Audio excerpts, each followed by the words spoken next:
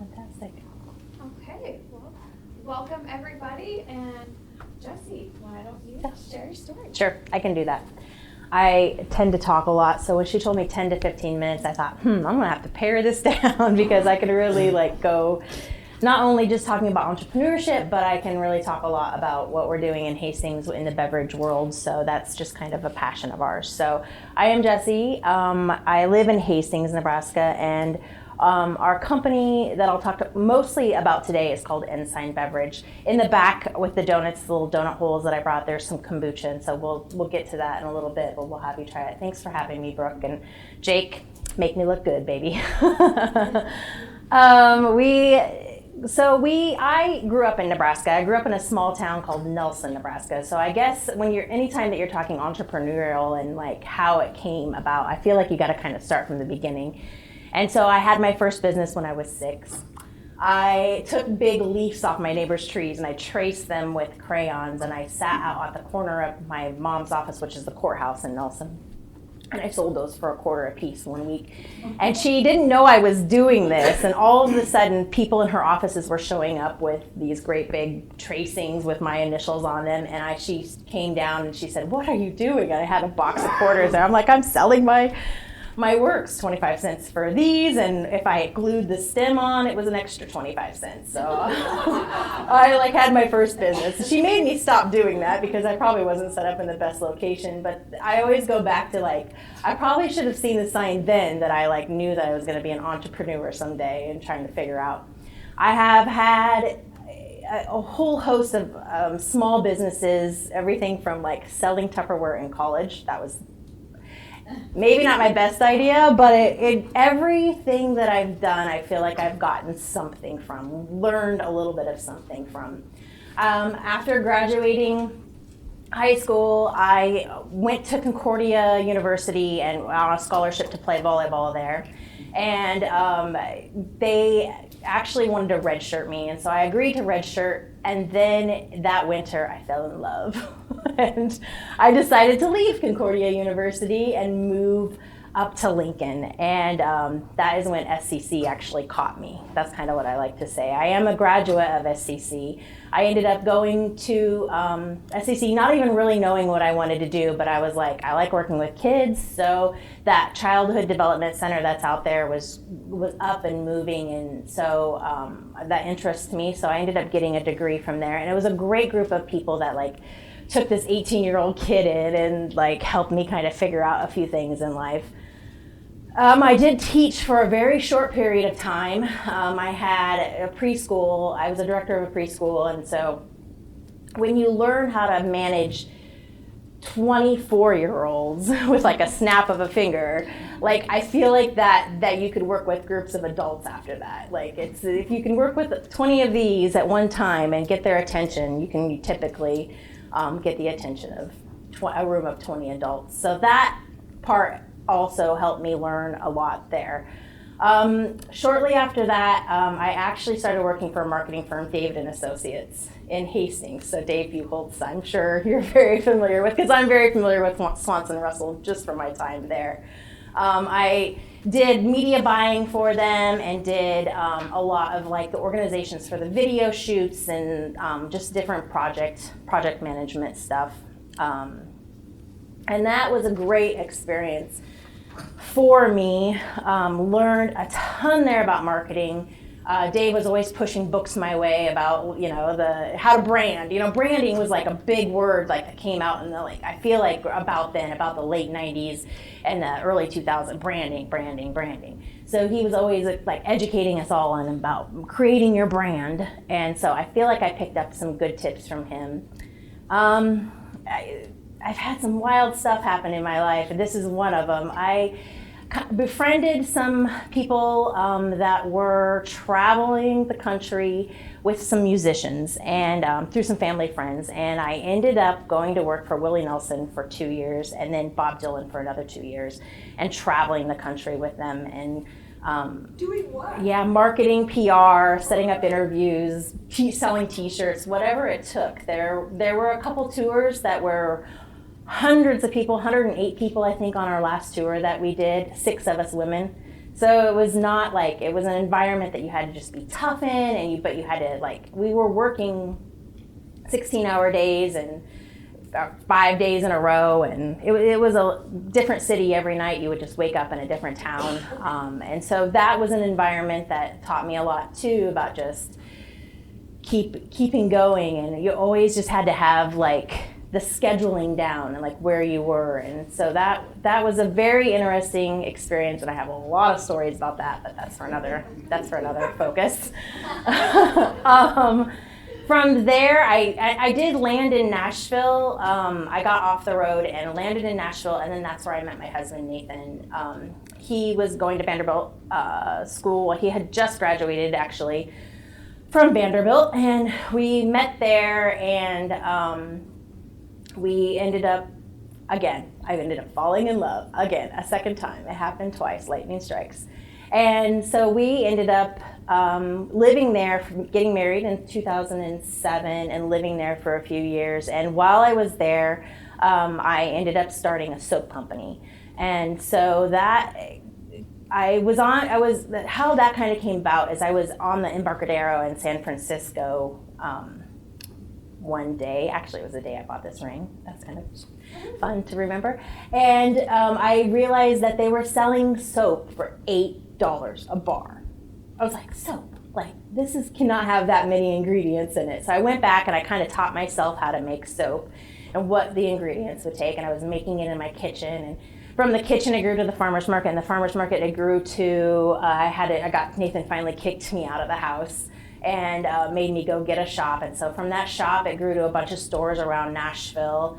And then I had Whole Foods kind of coming to me there in Nashville saying, put this in our store. Well, that was about the time that Nathan and I had decided that it was time maybe for us to move back to Nebraska to be closer to family. And we closed that company down, but as fate would have it, there was a gentleman in Hastings called Andrew Burbis that was trying to start up a company called Pacha Soap. And so with my recipes and some of his recipes and just a bunch of hard work, we ended up founding Pacha Soap. And I think when I started, he had 3 customers, and when I stopped in 2016, we had over 1,800 customers. So we went nationwide in that period of time from 2015 to 2012, to 2016. So that was a fantastic experience, entrepreneurial experience, just learning all the different hoops that there are to get it through distribution chains and demos and just supply chains and just growing as fast as we did. I was also responsible for all the hiring. So we went from me as one employee to, I think when we left, I had 35. So I had to do all that hiring in that period of time as well. So, and I think now they're even up higher, up to 50. So if you haven't heard that story, go check it out. It's a really great story to be a part of.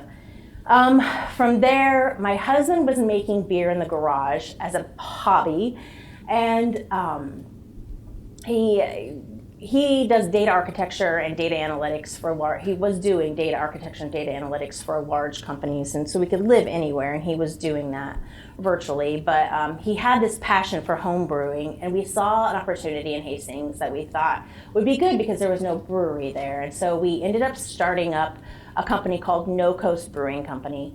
And No Coast is our parent company that sits up here with our liquor license and all the big stuff.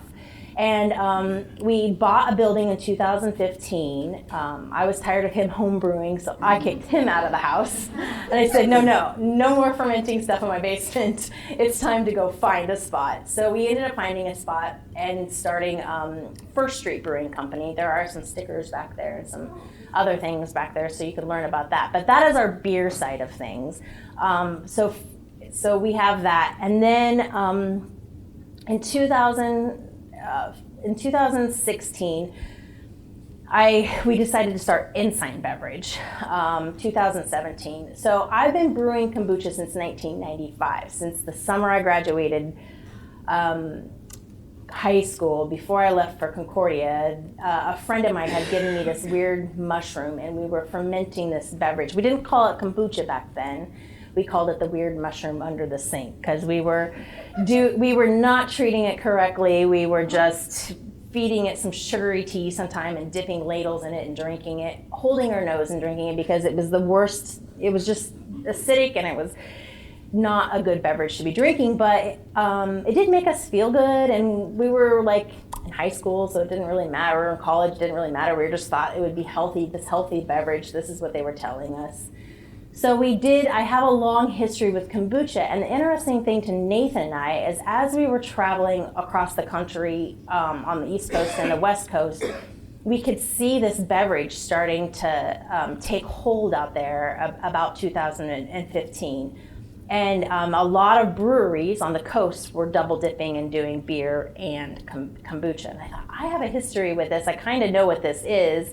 Let me go back to my home brewing thing. And I went back into the kitchen and started home brewing small batches of kombucha and feeding them to whoever would drink them. And it was pretty good. Again, I kind of got some of the science down, and Nathan, with his brewing background, really kind of knew what to do. And so I took that and we started making a pretty decent beverage. And then, of course, I just saw it kind of continuing to pick up, and it still is just growing throughout the country. So that was when we decided to move this into a commercial line and take our Ensign Beverage and make another DBA underneath No Coast, and put another DBA out there as Ensign Beverage, and focus it on non-alcoholic beverages, with the first one being that we launched was kombucha. So if you're not familiar with kombucha, I have some of that back there that you can try in a little bit. But kombucha is a slightly fermented tea that is probiotic in nature. So it's made with a culture, and so that culture distributes probiotics to the beverage as it's fermenting. It's cultures that are similar to what you find in yogurt, right? So the different probiotics and different things for gut health. There's whole big long lists of the probiotics that are in that. We work with the University of Nebraska at the Food and Innovation Campus to do DNA sequencing for our culture. So they take a sample every so often, and then they go in and look and see what it is. And then they also do nutritional testing for us. So one of our goals of our company is to have a very low sugar kombucha. And so we've done a lot of research, and we've done a lot of sourcing specifically of our teas and different ingredients to try to produce a very low sugar carbonated kombucha. And for the longest time, we weren't seeing that on the market. We were seeing these kombuchas in these bottles that were like 22 grams of sugar in a bottle. And just a ridiculous amount of sugar. When you're trying to drink a healthy beverage, I feel like that shouldn't be one of the ingredients that's like super high. But I knew it could be done after a trip to Colorado, and we found a company called Rowdy Mermaid, and Jamba was making this very delicious kombucha that he was touting as a low sugar kombucha. And on their bottles, it was registering right around 1.8 grams of sugar per serving. Right now, our kombucha is registering around 1.9 grams of sugar per 10 ounces, so that's 8 calories per 10 ounces. And we're pretty happy with where we are recipe-wise with that. And you'll taste in the back, and you'll kind of see where that's at. But we knew that we had something here, and so from there, we started in 2017 to start distributing throughout the Tri-Cities, and then throughout Lincoln. We decided that coffee shops made sense for us. The Mill was immediately a great partner of ours and picked it up. And then Open Harvest Grocery Store has been a fantastic partner of ours and has it on tap. And now we have it in maybe 10 different stores up here on and off. And we just got into our first location in Omaha. So while it's a very interesting beverage, and nationally the growth is looking like this, in Nebraska it's still a very new beverage. So we're one of the ones I get all the time. It's called kombucha, like it's so. Even not only just the pronunciation of the beverage name, but what it is and what the health benefits are and when you should drink it and how much you should drink is still very much part of our education for people out there that are doing it. And where did that name come from? Yeah, so we are very lucky to be part of an organization called KBI, and we've always asked this question. This has been like a big research piece of theirs. So right now, they're kind of sitting with, in the year 2020 BC, is kind of as far as back as like the history can track this kind of type of beverage. There was a beverage made in China, and it just kind of has gone through the times from there. So it's interesting to go to this organization and kind of go through the history with them. They've done a good job kind of tracking it. So, and I should mention that Nathan and I traveled to, which was kind of cool. We are part of this organization, and we went to the KBI conference. It's called Kombucha out in California this last April, and so we were a part of that. I actually got a grant from the state to go out and kind of learn a little bit more about this. And we went out, and I think there were like about 150 companies there, and probably 30% of them were from out of country. So Iceland, Brazil, Japan, China, Russia. I mean, it was from all over the world. These companies were coming in, so it was really cool to get to meet them as well and learn about their cultures. And we're, as a group, Kombucha is trying to come up with a standard of identity, just to kind of start helping people understand what is kombucha and what is not kombucha. Kombucha should be a fermented beverage with a SCOBY, and it should have certain standards that it lives by. Making a beverage and popping some probiotics in it is not kombucha. But to do that, there's people that are legislating for us up on Capitol Hill, and there is something that's called the Kombucha Act that has been written, and we're just waiting now to place it into legislation when the time is right. They also will be doing things like trying to raise the level of alcohol that is permitted in kombucha. Right now, anything that something that is considered non-alcoholic can be up to 0.5 in alcohol. And kombucha does have a trace amount of alcohol, similar to what you would find in a natural grape juice or apple juice or an overripe apple, something like that. So there is a trace amount of alcohol in there, but they're going to be trying to raise that limit. One of the interesting things about our company, we feel like that we're positioned well for here in the Midwest, is that here at No Coast, we hold a liquor license through the TTB, through the federal government, because we need that to make our beer. That means we also hold it through Ensign as well.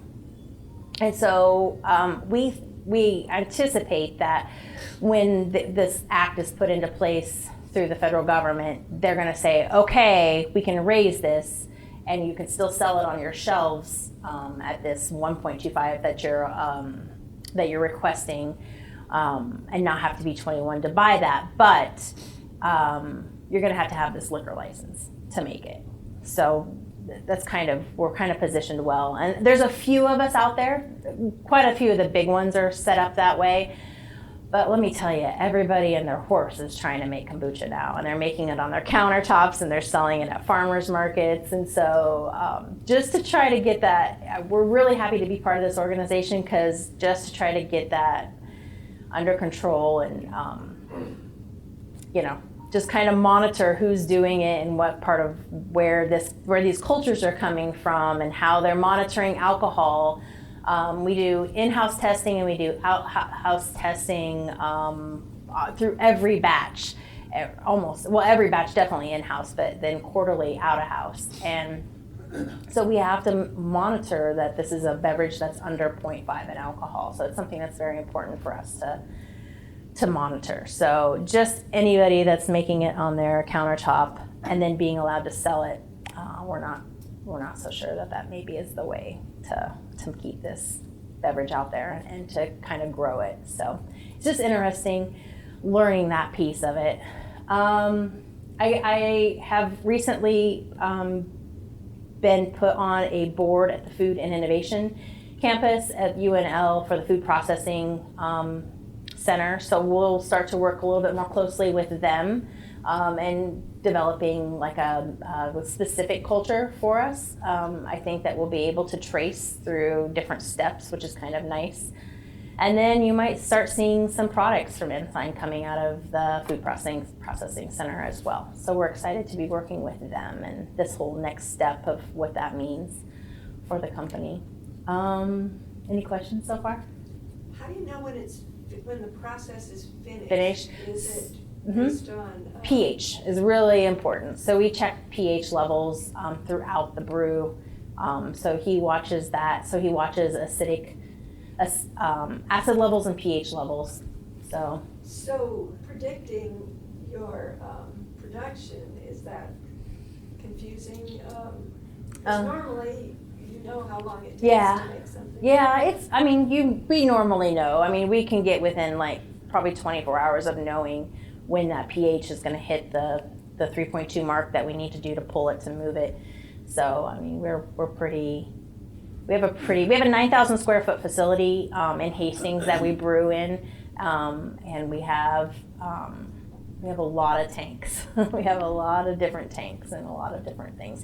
But one of the important things I guess to mention is that because this culture is a live culture, we keep everything with the beer and we keep everything with the kombucha separate. We don't use any of the same equipment. We don't use any of the same tanks or the kegs or the hoses or the pumps or the anything. They share drain space on the floor and that's about it. So just because if that culture gets into our beer, bad. Yeah. What's the batch size and how do you package? Yeah, so batch size right now for the kombucha is we do 4 barrels at a time, so that's about 125 gallons at a time, which is small. And then we package from that. We take it into a bright tank and we just package into kegs. So all of my customers right now are just on draft, and we sell a lot of kegs a month. We're 30 or 40 kegs just in a week probably right now. So we only have enough fermenters to do, and we're just about ready to close a funding round right now, and we're working on that, but we have enough to kind of keep our customer base supplied right now, but to grow we're going to have to be looking at increasing that. Yeah. What's your given that there's so many people going into that product marketplace, what's going to be your differentiator and how are you going to market? Yeah, I think because of our relationship with the university and the food innovation, and that we'll have that culture that will be specific to us, I think that's going to be a big market. Right here through the Midwest, Oklahoma, Kansas, Nebraska, Iowa, South Dakota, Missouri, I really still see an opening. So we're going to take that. One of the things that we're looking at through Ensign, we're still trying to figure it out through our investment group, is franchising. I believe that kombucha is a product that shouldn't be shipped. I can tell you that because the stuff that is in the stores right now that is coming from the coast is awful. I hate to say that. I hope GT Dave's, he has to understand, if he's watching this video on YouTube, it does not taste good. You go out to the coast to their tap room, I bet it tastes completely different than what's sitting at this Hy-Vee or this Russ's down here. It's too vinegary, it's gotten acidic, that culture has had too many times that it's had to jump and come alive and go dormant and come alive and shipping time. And so to combat that, then they don't want to put a vinegary, burny drink out there. They're dumping a bunch of fruit juice in it, which is raising their sugar levels. So they have a super high sugar, slightly very acidic product on the shelf that I just don't think that is, I know that is not what kombucha tastes like or should taste like. So I feel like localizing and having smaller areas, I feel like there could be one in Lincoln just to supply Lincoln. I feel like there could be one in Omaha just to supply Omaha. I feel like the franchise model might be something to look at here. And then through that franchisee, you would have our culture available to you anytime and marketing available to you anytime. And so we're kind of looking at that. Eileen's Cookies, right? She's in Hastings. She's kind of helping me kind of work through this whole, what does it mean to franchise thing? Yeah. Now, you can't pasteurize it. No, you don't want to You pasteurize it. HPP it, or? No, I mean, HPP even would probably Yeah. take the culture down to a level where it wouldn't have that health benefit. It wouldn't have that life. What's And again, shelf that's life? not. Shelf life has been rather impressive. Like we have, since we've been doing this, we feel like we have a really nice long 6 months to even 8 months of shelf life. So we've got that culture that's in there, and we're like, okay, so this was a year ago. How is it now? And as long as it stays refrigerated, that culture has been able to survive. Refrigerated? Yes. Yep. That's part of the distribution chain. Has to be refrigerated. So again, but there's dock time, right? You're loading it. There's a little bit of refrigeration time that didn't happen there, and then you're shelving it. So it's a delicate. You got to think about it like milk. It's a more delicate beverage than what soda is, or yeah. Yeah. That was your yeah. The more diverse the microbes that Mhm. you're putting in, the better the kombucha, or? Well, right now there's some research going on at the University of Oregon that they're saying that there are 5 kombucha strains out there, and so they pretty much know what's out there right now on the market as far as like which strains of bacteria and yeast are working well in these beverages. And so now we're going to take these and we're going to take them to UNL, and we're going to pick and choose, and we're going to make our own culture from that.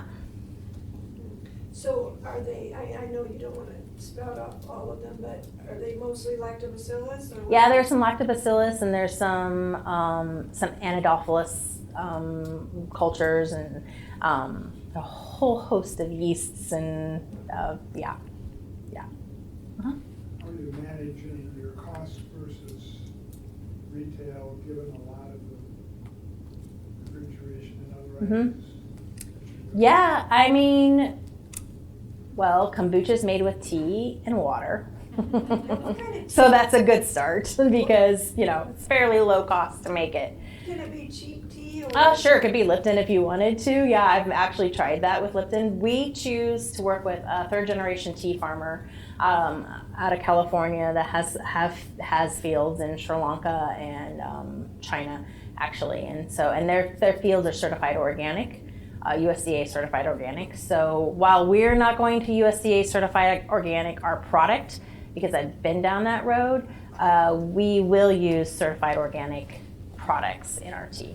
So it's cane sugar, tea, and water, and then this culture. And so it's a very low cost material to make, but so profit margins are good, but the distribution part of it, that's one of the things that we have to kind of start paying attention to. Are there any health consequences of the farmer's market kombucha? Is there a danger of? I mean, your body is naturally programmed to, when you take a drink of something, if it's bad for you, you're gonna know. But I don't know. You just kind of gotta would you be eating cheese? Farmers market people are generally pretty into their product and know kind of what they're doing. But I mean, I'm glad I'm a commercial producer. I think that it offers a lot more knowledge for the brewing process. I'm just happy that we're taking it that step further. And does it have to stay cold? Refrigerated? Yeah, it should stay refrigerated. You could take it home from the market to your refrigerator in your car, and there's nothing that's gonna go wrong with that. But leaving it out on the counter will produce a second fermentation again, and you'll get a lot more fizzy bubbles. And the way that we produce ours, my husband's pretty confident that our alcohol content's not going to jump if you leave it out, because we brew with so low sugar. We don't put a lot of extra things in it. So when we test alcohol, we test product that has been continuously refrigerated and that has been left out for 24 hours. And what we're finding is the 24-hour stuff is actually lower in alcohol. So we're happy with that. Yeah. What is your production time from start to finish, from Starting. It's pretty quick. We've got 10 days to 2 weeks to take a product through, and whereas beer can be 2 weeks to 4 weeks, so it just kind of depends on the product. And so it's a pretty quick turnaround. And then there are ways to increase that and slow it down as well. Do you brew your own tea, or do you get the tea? Nope, we use loose leaf tea, so we brew our own tea. So I have just I buy tea at 3,000 pounds at a time. It's just kind of fun, and we get that in, and it's a very interesting. Learning more and more about the world of tea, I'm like, wow, like this is so cool. Like, I don't know why we're all just not. I mean, I know we've been programmed to drink coffee, but man, the health benefits of tea, like there's so much more in a cup of tea than there is in a cup of coffee. And I like coffee, but Is it if you can green get tea, roasted tea? it's a good question. It's a mix. It depends on the flavor. So we have a specific blend that we work with, and so some of it is made with green tea, some of it is made with black tea. So it is called Ensign Beverage for a reason, though. We didn't say Ensign's Kombucha. And Ensign is my maiden name, by the way. So that's where that came from. So Ensign, the definition of is a standard. So we kind of went with that and took the, yeah. And so when I found out when I was in California, they're going to be working on the standard of identity, I thought, oh yeah, I got a lot of great marketing things that I could tie in there. So, but we have been playing with just brewing tea and canning tea. We've got like 3 or 4 batches under our belt there. Right now we have a canning line for our beer, and we can't can the kombucha on that line because of the cross-contamination for bacteria things. We just aren't willing to cross-contaminate for the beer, but we can kind of put our tea through there because there's nothing really culture driven in that tea. So we've been canning our tea and playing with different fill levels and that thing. So you'll see just a really nice brewed tea coming out from us too that'll be canned. And then we're also working and playing with cold brew coffee. So Have you had any issues with the community in your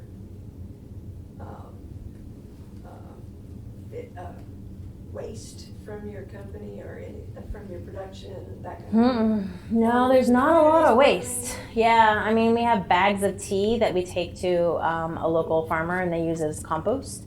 And then we have this giant SCOBY. And so we do pull those off sometimes, but we've had some luck with getting rid of those. So just in some very interesting and fun ways. Do you stink? Does it stink? A little bit. Yeah. No complaints? Oh no, we don't stink at all. Like you won't be able to smell like the brewery outside at all. Like maybe on a brew day you might get a little waft, but then down the street is Pacha and you'll get a little waft of that, and then you'll get a little waft of Murphy's making burgers. So it's not, no, you don't. Yeah, we don't. But inside, like when you're walking around, like you might smell that a little bit, but now we have a tap room there that is open Wednesday through Sunday in Hastings, downtown Hastings. So we have the beer on tap, obviously, 16 different beers on tap, and then we always have 2 kombuchas. That's all he'll give me. He'll only give me 2 taps for my kombucha. I keep on asking for more, but actually he did say, you know what, there's a tap open. Maybe you should take that 3rd tap for your kombucha. I was like, yeah, I got 3 taps now. So, but yeah, so we're open so you can come down there and enjoy. Mark should organize a bus Field trip. tour. Yeah, next for Perk up in Hastings. Oh yeah, come down. Yeah, you meet here at 10, and you're down there by lunch for a burger and a beer. Yeah. I'll make a comment because of the Hastings connection. Yeah. I'm not a coffee drinker, and my morning beverage was always orange juice for years. Oh, I just yeah. needed something, and I quit drinking orange juice totally. And because I'm in Hastings back and forth all the time, they'll often see me filling up the growler. Yeah. To go, and I don't. And you mentioned it's the right time of day to do it. I don't know the right time to do it. But for me, that's when I do it. It's my little wake up beverage, and I love it because of the low sugar. Yeah. It's a great soda alternative. It's a great juice alternative. It's safe for all ages. Oh yeah, definitely. And I'm sure like it's just interesting to me, like there are a lot of parents out there that are not, I mean like soda isn't even in their kids' vocabulary. They're not having that option. They're not giving them that option. They're not even giving them really the option of juice. So kombucha is definitely something that's becoming part of their vocabulary, and they all know about it. Like it's easier for me to explain kombucha to this sometimes than this. So that's kind of fun, and so that's just a beverage that they're going to grow up with, and they're going to have it here for the rest of their life. So it's kind of cool to see that happen. Anybody want to try any? Yes. Yeah, we have it in the back. Yeah, I do. yeah. You're like, I want to try. Yeah, well, I mean, unless there's any other questions, let's just go in the back over there, and there's donuts, and you can get your cup of kombucha. Thanks. Yeah, Thank you. you're I have a welcome. gift for you. Oh, wow. Yay. Mug. Yay. I don't know if you can bring. I can drink kombucha in this. Thank you. That's very sweet. I will definitely drink Okay. kombucha in this.